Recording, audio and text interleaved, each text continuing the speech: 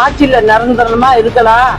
இன்னும் 50 வருஷம் கனவெல்லாம் வேற இருக்கு உங்களுக்கு. இன்னும் 50 வருஷம் ஆனாலும் நாங்க தான் ஆட்சிக்கு வருவோங்கிறாங்க.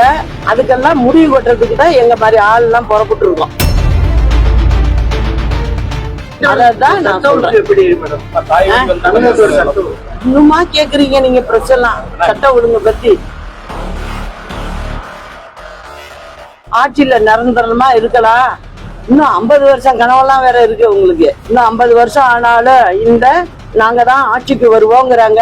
அதுக்கெல்லாம் முடிவு கட்டுறதுக்கு தான் எங்க மாதிரி ஆள் எல்லாம் புறப்பட்டு இருக்கோம். அதான் நான் சொல்றேன்.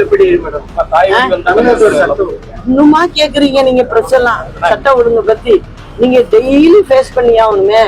அதாவது என்ன எங்க பார்த்தாலும் பட்ட பகல்ல நடக்குது. இது எப்போதுமே திமுக ஆட்சிக்கு வந்தா 3 விஷயத்த நடக்குது. திமுக காரவங்களே சட்ட ஒழுங்க கையில எடுத்துக்கிறாங்க. அங்க காக்கி சட்டைக்கே வேலை இல்லாம இருக்கு. ஒண்ணு, எந்த போலீஸ் ஸ்டேஷன்ல ஒரு கான்ஸ்டபிள் போட்டாலும் சரி, ஒரு எஸ்ஐ போட்டாலும் சரி, திமுக காரவங்களுடைய தலையீடு இல்லாம போட முடியல. இதான் நடந்துகிட்டு இருக்கு. இப்ப சமீபத்துல இன்னொன்னு வந்தது உங்களுக்கு சொல்றேன். அதாவது ஜல்லி எம்சாண்ட் இதுல என்ன கூத்து நடக்குது?